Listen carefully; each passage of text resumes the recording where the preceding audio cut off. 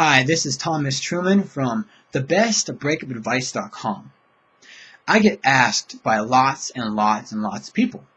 They ask me, Thomas, what's the one best way that I can use today and get my ex back and have them in my arms tomorrow?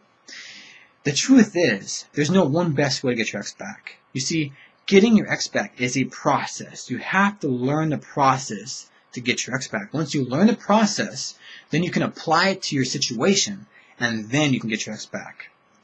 This is the process, and this is typically what happens after a breakup and what you need to do to get your ex back. I'm going to make it very simple for you.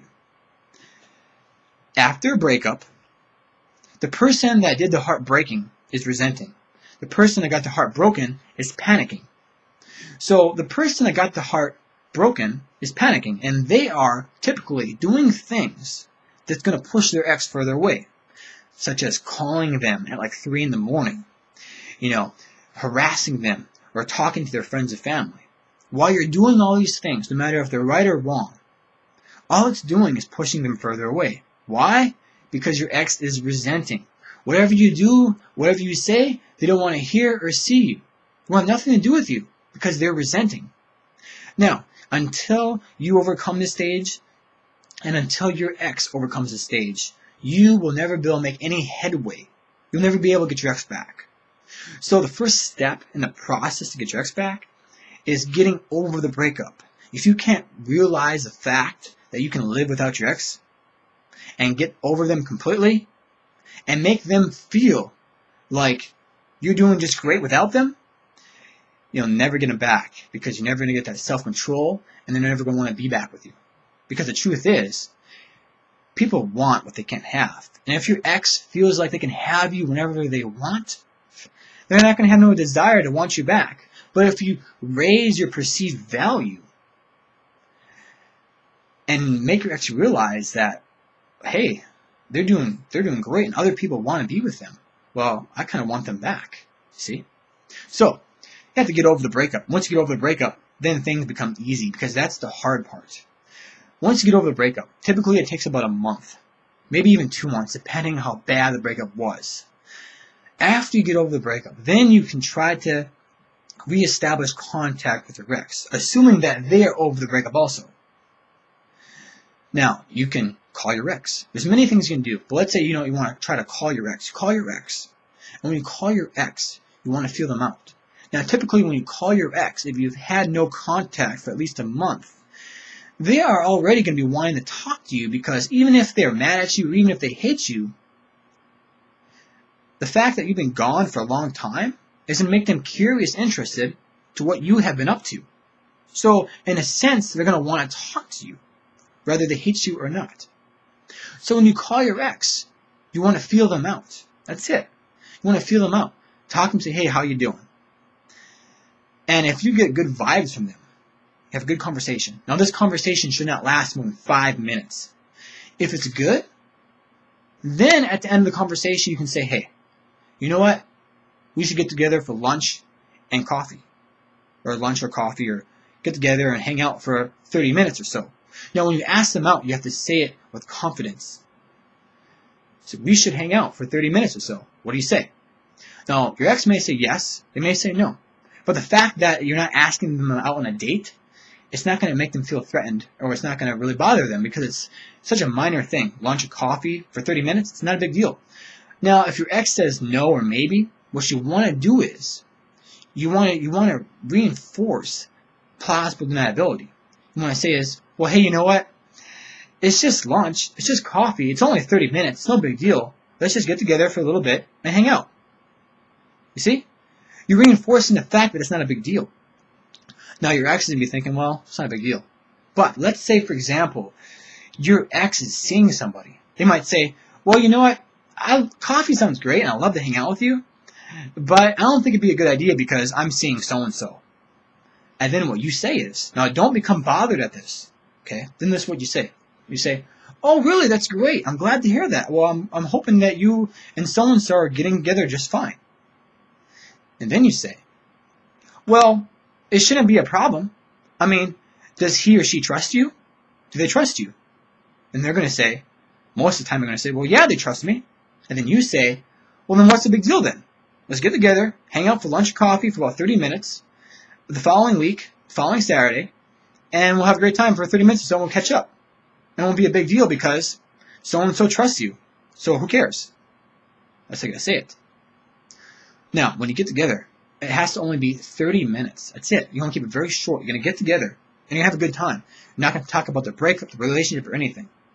Now, when you get together, and if, let's say, your ex brings up the past, what you say is, this is what you say. You say, you know what? I know you may have some unresolved feelings. I know. But right now is not the time to talk about it. Right now, me and you need some more time to get over what has happened and move on. But maybe sometime in the future we can talk about it. Now, when you say this, if your ex brings up the past while you're seeing each other in an outing, you gotta sound sympathetic. If you just say, well, I don't want to talk about it, it's gonna turn them off. That's gonna make them feel like you don't care. So if they bring up the past, talk to them about it and sound sympathetic and say, I know you have some unresolved feelings. I know, and from there. Now, this outing is gonna last about 30 minutes. Now, this outing, you want to end it at the climax. You see, people love climaxes. And if you cut them off the climax, they're going to want to continue it later on. So, typically 30 minutes into this outing, lunch, coffee, whatever it is you're doing, that's when you're going to reach the climax. And then you're going to say, well, you know what? Well, I have to get going, and I have a lot of things to do. I'm very busy. And then be like, oh, really? Okay. And then you just end it. You say, well, we have to get going. It's been about 30 minutes, so I have to really get going here, and I'm glad you had a good time. That's it.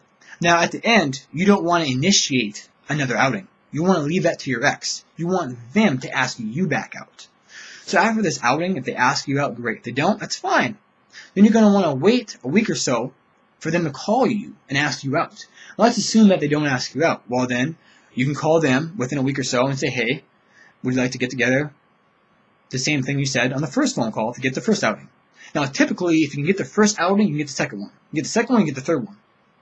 And after the third outing, this is when you move up to dating. After the third outing, you build up some rapport.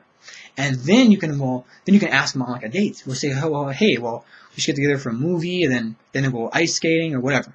Okay, then you can start dating. See? Then you go on like 3 emotionally charged dates. By that time, you should be able to get back together. And then, if you make it this far, get over the breakup, go on some outings, and then you go on some dates, make it this far. If you want to get them back, this is what you do. You don't say, hey, we should get back together. You don't say that. What you want to say is, this is what you want to say when you're sitting down with each other, when it's quiet and watching TV. You sit down with each other, and you'd be like, well, hey, didn't we make a great couple? Didn't we make a great couple? And they're going to sit there and be like, they're going to say yes or no. Now, before you ask them this question, you want to first get them in a good mood.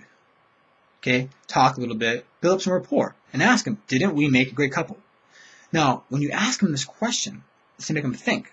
Now, first, you already have them in a positive state of mind because you've already been seeing each other, been going on outings and dates. So when you ask this question, you've already have them in a positive state of mind about you. So you ask them, didn't we make a great couple? They're going to tell you yes or no. If they say no, that's fine. Then you say, okay, just want to know. They say yes, yeah, we made a great couple. Then you can ask them, well, maybe we should get back together. And then you have them hooked. If they said, yeah, we made a great couple, then if they said yes to the first question, well, that puts them in a yes state of mind. And then they should say yes to the second question. You see, first, get them to say yes once. So typically, it's easy to get them to say yes again. When you ask them this question, didn't we make a great couple? It'll determine if they just want to be friends or if they actually want to get back together.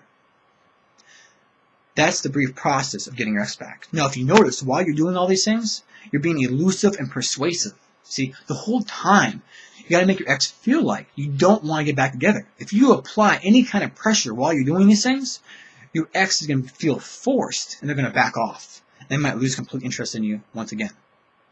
So this is a brief process. I hope this video has helped you. And if you need any help in getting your ex back, I can help you. You can sign up to my free newsletter, Getting Love and Keeping It, and I'll help you get your ex back. I'll talk to you soon, and you have a good day. Bye.